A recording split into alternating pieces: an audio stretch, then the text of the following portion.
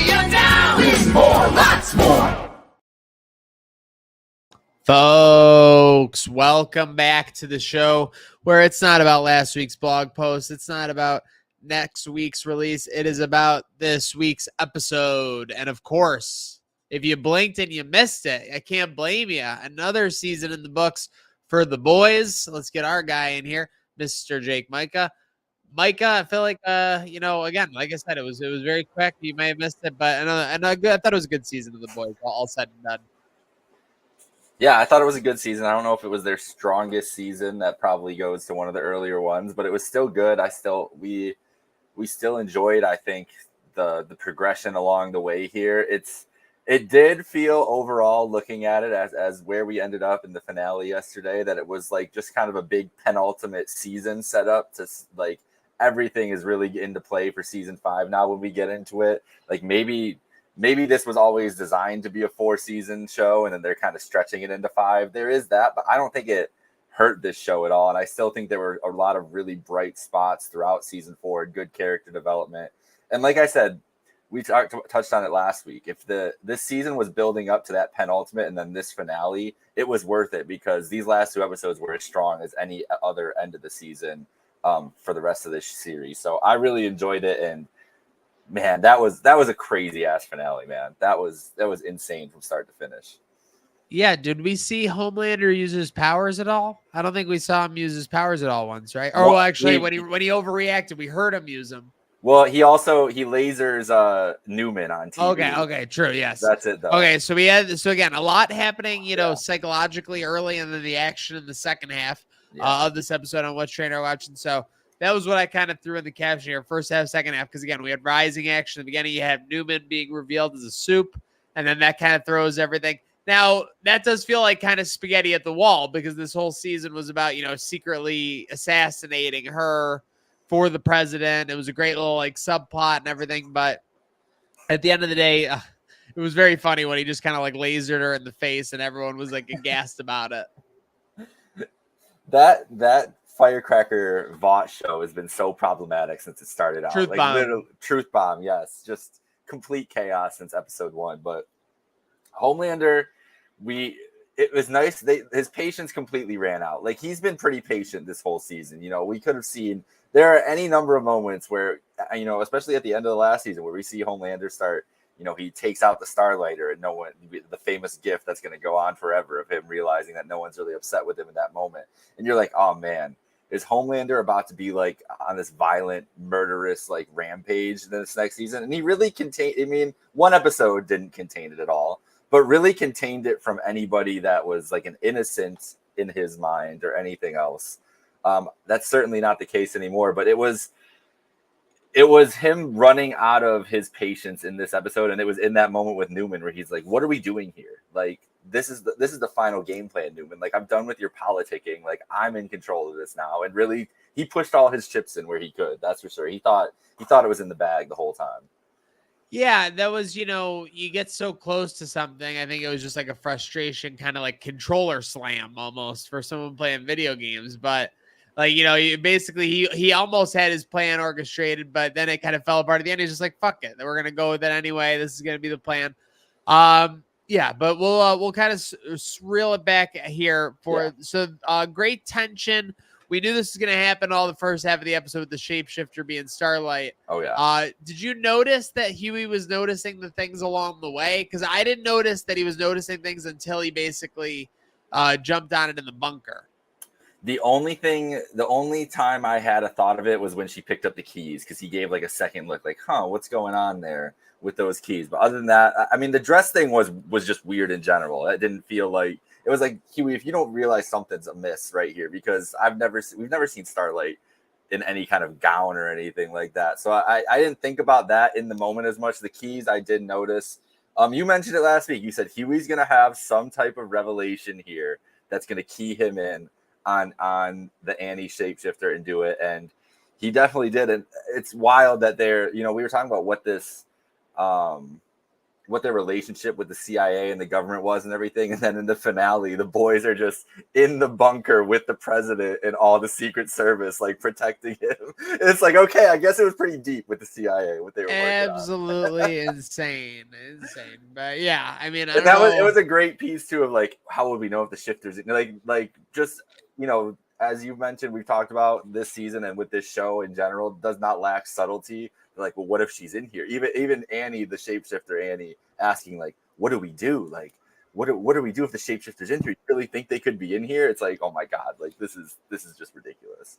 Yeah, that whole aspect made for great tension for the scene. You did have the scene did you like the scene where Starlight or Annie was kind of facing off with herself, the shapeshifter versus Annie? I thought that was a cool dynamic, showing like shapeshifters as soups versus like how Annie was perceived with like pageants and everything like that. You mean when she was still locked up, or the actual? Sorry, locked up. Yep. Yeah. So the shapeshifter goes and visits Annie there. It was interesting, and it was a nice duality moment because we've known how messed up Starlight's childhood is and how much she's just had a lot of trauma since her childhood, and then obviously with the Seven and joining and everything else. And I feel like it was a nice like reflection. They've done a lot of different ways to like reflect on how the characters this season are mentally, whether it be Butcher, the most obvious, but with Starlight, like we talked about this a couple times, everybody's going through something in the boys this season, and they've been manifesting themselves in different ways. But this is a really cool and unique way to do it, and kind of see why Starlight is like the perfect hero for the boys, because they're just a ragtag misfit group. Yeah, she's a moral foundation. She's a basis to kind of bring them back, the gravitational pull for sure. So we got speaking of Firecracker, is not feeling too hot due to the side effects. That was pretty tough to watch. Yeah, I was wondering if she was gonna like drop dead, honestly. Like I was like, oh my God, like we're just gonna lose Firecracker to breast milk creation. I don't even know what the actual thing she's trying to do there with her meds and everything else. It's just been a weird dynamic the last couple. Like I feel like Firecracker kind of got pushed to the side here over the last couple episodes, don't you? Like she got really heavily introduced early on, had the relationship with Homelander, and then she was kind of just there. I guess it was mostly to just be like she's marked safe, basically, is what they did with her, and then kind of let her cruise. I mean, you said it in the beginning of the show, but now that every point you make, I'm feeling like it's got a lot more validity. But this definitely felt like just a placeholder season, like let's just stall things out a little bit longer. But yeah, when you look at it that way, she kind of came on the scene and really did a whole bunch of nothing. But again, it is kind of like Homelander drinking up his own shit, obviously. And she still has a face-off with Starlight again that we have to get to too. So we're building to that one-on-one match. Yep. So again, there's two great scenes with Annie and the shapeshifter, obviously, and we'll get to the second one shortly. And likewise, I want to talk to you about two surprisingly things with Homelander. Okay. Were you shocked more by the fact that he was so willing to just kill Ashley unquestioned when Ashley has kind of been there through thick and thin for Homelander at the end of the day? Or were you more surprised that he actually had the breast milk out on the table in front of everyone? Or I guess what surprised you more? No, the breast milk was shocking to me because I was like, wait, we doing this now? Like, that's how you feel right here?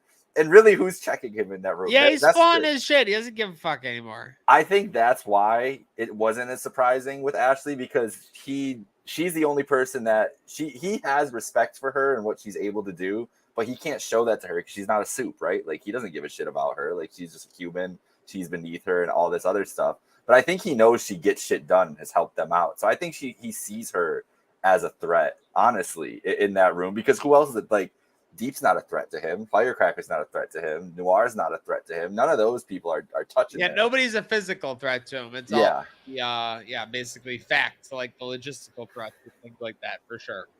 Yeah, so the Ashley dynamic, and then Ashley and that's one of the biggest cliffhangers of this season, I think, is where we ended up with Ashley, because Ashley goes into Homelander. Unbelievable. That is a massive cliffhanger. Probably the first, actually, that's really the first of many, right? That's the first one that we really see amongst about 3 or 4.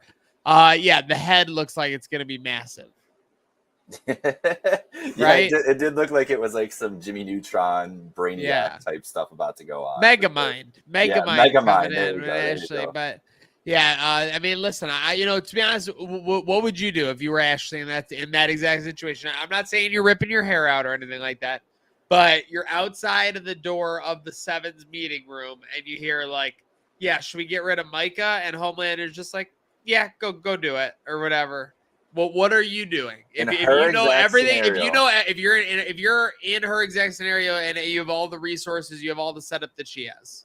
In your exact scenario there, I think you have to go take V. I think that's your only answer, because That's what I'm you saying. can't go hide, and then you go find A-Train. That's who you like. That's the tag team we're waiting to get together. There is the A-Train, now superpowered Ashley group, and A-Train conspicuously absent from this episode. That's what I was shocked. I almost thought I'd missed something. Yeah, so I think he's deep in hiding. Maybe we'll start season 5 with A-Train like on a beach somewhere in Belize, or when he was talking to Marvin about Belize or something like that, and he's got to get back in the game, because now at least that's the only thing you have going for you at this point, Rao, is if Ashley is a soup, you got A-Train sizing up at least against the 7. Who knows what he's gonna do, if he's gonna take any action or anything, and Starlight, who is there. You got some superpowers on your side, on the boys, or just the anti-Vought side now, where before it was really just Starlight and nothing else against a heavy hand.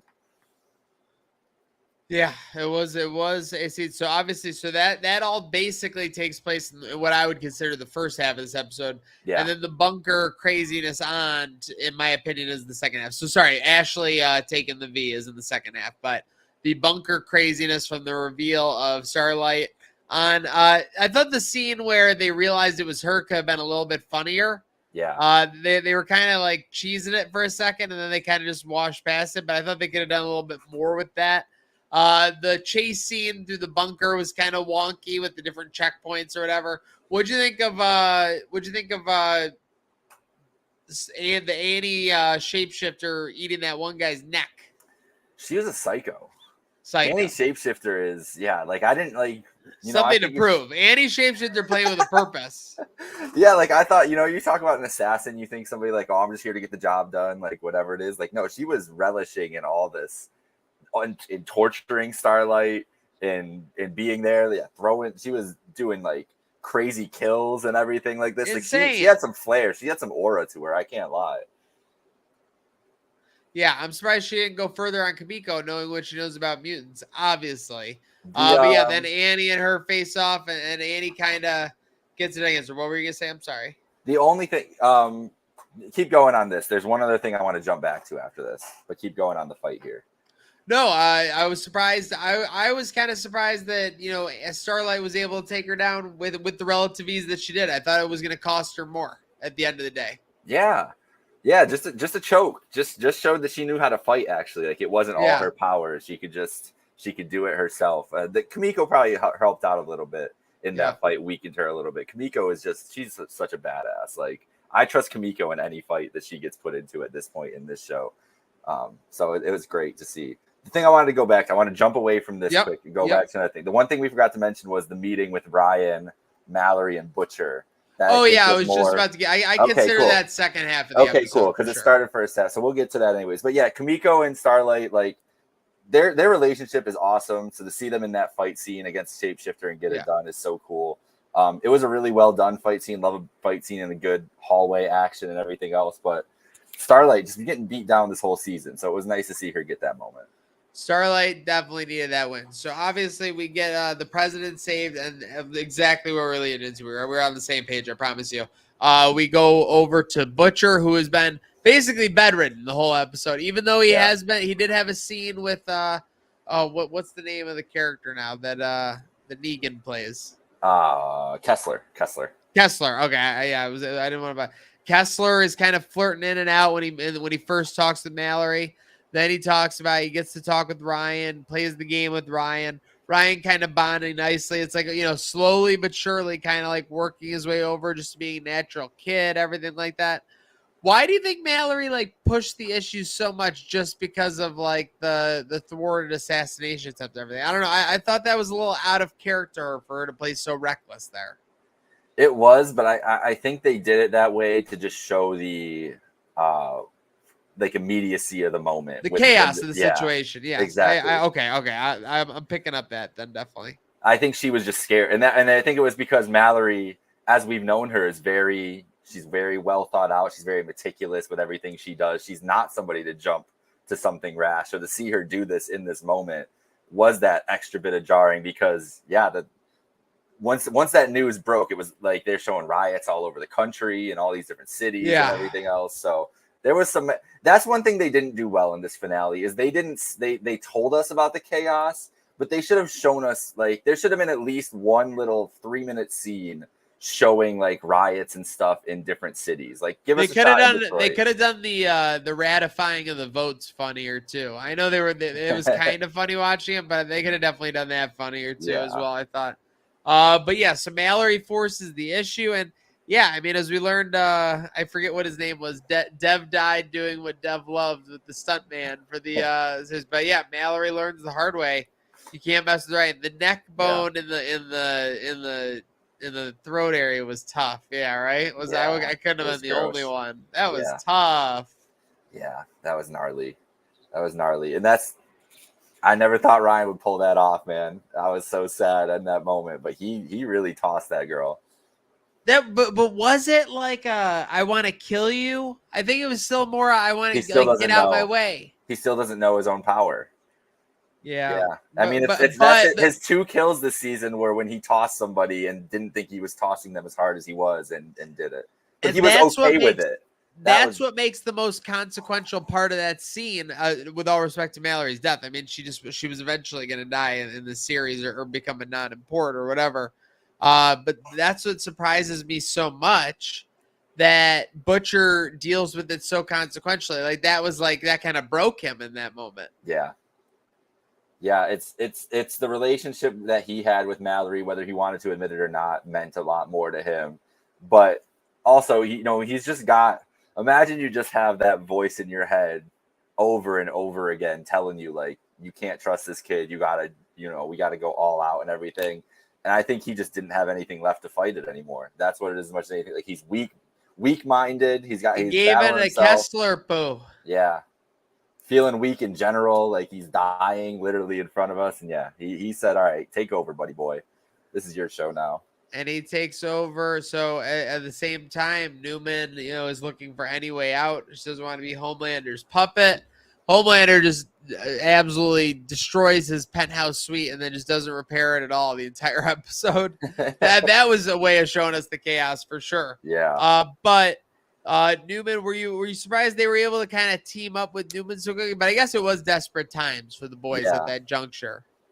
Desperate times, and Huey's always just wanted to trust her anyways. Like, he always believed that she was, and I still kind of believe to this day that she was just in too deep with where she was, and was like, she obviously had ambition and just thought that she was smart enough and nimble enough to kind of get things her way. And in that moment when it got close and everything else, like, nope, I can't do it. Not worth it. Everything else. She did get far along with it, but I think I think she was a conflicted character, back and forth a lot when we're seeing her interact with Huey. And she really did have I had this in the captions. Yeah. She's been like that all season. I mean, honestly, she's been back and forth, having moments of crisis and everything else. And then this is like their final time. She's like, all right, who else can I call but Huey? Which is crazy, but here we are. Backed into a literal corner. When you're up against Homelander, you go to Huey. What a thought process. But yes, they meet in like the equivalent of like a boiler room, classic, like, boys setup or whatever, some like discreet room. So what's exactly happening in the scene when Butcher walks in at that point? Is just nothing? Like, they just met up basically? They've basically agreed to do whatever, like, with Newman here. Like, they're gonna help her out, and they're like, oh yeah, Newman owes us a bunch of favors for this. Let's work together to take down Homelander, everything. And then they're not even that far in the like, there's no plan made yet. There's nothing. Boys loves that, like setting up something like a new relationship that just gets obliterated, because in comes Butcher. and he's got the tentacles. Well, first off, I'm an idiot that I didn't realize Butcher looks like healthy. Like first off, right away for the was first time, dyed and everything. Yeah. So I didn't realize that that should have been the first like telltale. But then when he just looked at, were you expecting that at all in your brain? No, literally a zero part. Like, and that's I was wondering, like, does he know that she's there? Was he like staking out and waiting, or was this just a happy accident for him where he was like, oh, I really want to, see Newman at some point, so I'm going to show up here at this time. Like, it might have just been a happy accident for him, but yeah, I was not expecting him to walk in. But once you saw him, you knew it was not good for anybody. Not good for anybody. Not good for they. So apparently there's like jaws on the tentacles. I couldn't even see on my screen, but that's a big asset. But because a big part of it is that Newman, whenever she wants to use her head popping powers, which is, kind of like an alpha, she has to do the eye thing. And people are saying that her eyes were covered and the jaws were like eating at him right away. Like he knew what he was doing. And then, he just rips Victoria Newman into pieces. See ya. Yep. Right in half in front of everybody. Yeah. Blood shower on everybody, kind of like Huey, our dragon blood a shower. Couple weeks ago. Yeah, it was pretty crazy, pretty gnarly. Absolutely ridiculous. And then we get basically the president and vice president get wiped out. We get this House Speaker, and that's where we get Sister Sage saying that her plan has come to fruition. She's grabbing the notebook off the floor. Do you buy that this was the plan all the time at this point? No. I think she seemed very frantic going in there and just was like, this is my last ditch effort to garner power again. And she mentions phase 2, and I'm like, that you're just making up a new plan. Like, now you figured out that Homelander needs you again, and you're like, okay, now I can come up with something different.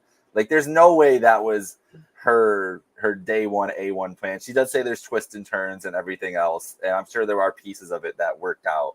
But I think she was just nimble in the moment and took advantage of it. That's been Sage's whole story, is that she does kind of have a plan, but she is good in chaos too and can kind of weasel her way. Well, I was going to say, I think the thing she did was she played this situation intelligently. It was that she said this was the plan all the way along, basically.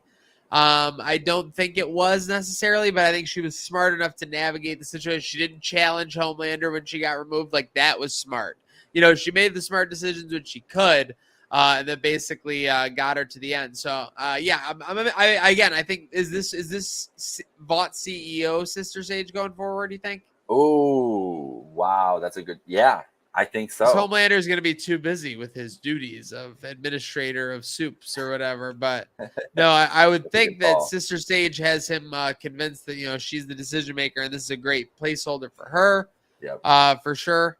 But we get that. We get Homelander delivering the speech, and that was kind of the end of the season. The Homelander delivering the speech, the voiceover. You have the boys kind of going their separate ways because now it's flipped. That they are the ones under pursuit, under suspicion of having assassinated Victoria Newman. Yeah, that video got leaked. That's how they got the president too. Dakota Bob. There. Yep. So the shapeshifter got a video as Annie that she sent out of there before they got there. So that which does feel like a Sage part of that plan and everything else to get the boys implicated. So there are people. I would have liked if she had just said like it was my plan with the shapeshifter, like just like little bit some of that instead of it was my plan, like whatever. Like, so she did that. And then, the last scene of the boys, we got the music over, and then, second to last scene of the boys, we got the music over, and then they're all going their separate ways. Frenchie and Kimiko are going on a ship. You got Mother's Milk and Co. going, and then you got Huey and Annie going on a road, and they all get interrupted and stopped by other soups. Yep. Mother's Milk gets interrupted by the guy with the huge penis. Yeah, that's terrible. Just another bad beat for our guys, Mother's Milk. And then the telekinesis metal person gets Annie and Huey. But Annie has a superpower revitalization and flies away. Great timing. Classic. That is a little convenient.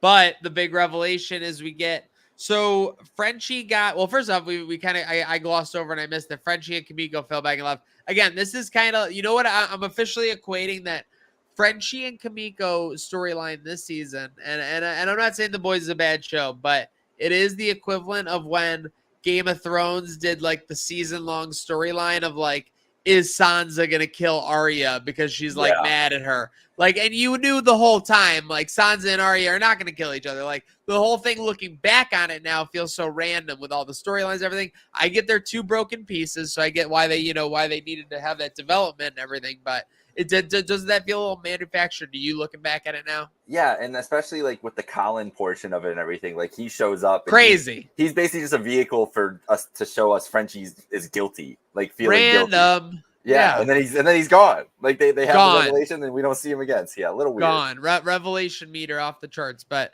Yeah, so we got that, but the big revelation there is, so what happens to Frenchie? That's a mind control soup that goes by him and kind of like just like brainwashes him real quick. Looks like it. It looks like a telepath. Okay, I wasn't sure if we knew, so I didn't think we knew. You don't got it locked up, so again, that's just my perspective. So we might not know. But the big thing with that scene is we get the no from Kimiko. Were you heartbroken? Yeah, that was. I had to do a double take, like, because it took 2.5 seconds for me to be like, whoa. Yeah, I rewound too, because I was like, wait, what was that? Like, what's going on? Yeah, that's tough. But hey, she's healing a little bit though. You got to think about that. Like, that's the good that Frenchie has done for her. Obviously, they're not in good, either of them in a good spot at the moment, but. It was nice to see them finally get back around to it, like you were saying. Like they didn't need to postpone it that much. Now to see them together finally, it was a really nice moment. So that's essentially where the season ends. We have they're all some of the boys so in everybody. Captivity. So Kimiko is in captivity too. They got both of them, right? And they're just taking them to different places. So Starlight, we have we have the four Starlight boys and gone. Butcher. Starlight and Butcher are on the road, and Butcher is he's got the virus. He took the virus while they cooked up. So he's trying to do his whole soup genocide deal there, which who knows how that ends up turning out. But we got A-Train and Ashley as other soups out there who have incredible vendettas against Vaughn. Wow. And I wonder if that's where what if Starlight's the one who goes and finds A-Train? What if she's just flying around and goes and is like, listen, man, you can't get out of this fight. Like, we need you now more than ever. I can see it that'll be amazing because obviously they're going to need him in the fight against Homelander. Now, did you watch the post-credit scene? Oh, yeah. Okay, so they won't be alone in this fight because, you don't show, the Infinity Gauntlet at the end of, Age of Ultron if it's not the next thing coming. Yeah. And they go ahead and they show Soldier Boy and, man, I'll tell you what, there's not much that can get Homelander to kind of look a little shook. Yep. But Homelander is not a fan of Soldier Boy. He was not happy to see that. Not at all. How did he survive? How is he still there? That's a great question. I mean, that was kind of, you could argue, if you really wanted to, that could have been, because again, we poked some holes in this season of The Boys. We didn't say it was a bad season. I think it was entertaining. I think it was good. But there were some shortcomings compared to season 1, season 2. I see why they made 3 episodes at the start of this season. And season 3 ends with that huge explosion that kind of ends up being inconsequential. Like you said, Queen Maeve ends up surviving, even though she lost her superpowers or whatever. Mm-hmm. And then Soldier Boy just goes back into under the ice. So it was that was a little bit of a, lame fall there. But yeah, I'm looking forward to season 5. Obviously, that'll be basically Homelander in the White House. Pretty much, yeah. That's some good marketing material. You should hit him up with that. I could see those graphics and posters right now of him sitting at the Oval Office or something like that. I think the preview was him walking on the front lawn of the White House or something, or the promo from Amazon. So yeah, so they're already there. But yeah, that'll be intense. That'll be great. We'll definitely get Butcher against all the soups for sure. Anything else you're looking forward to for season 5, or just recapping from season 4? I'm really looking forward to. The A-Train and Ashley aspect is massive. A team up with those two, Butcher and Starlight with a, and Kimiko too. So Soldier Boy is like Vermithor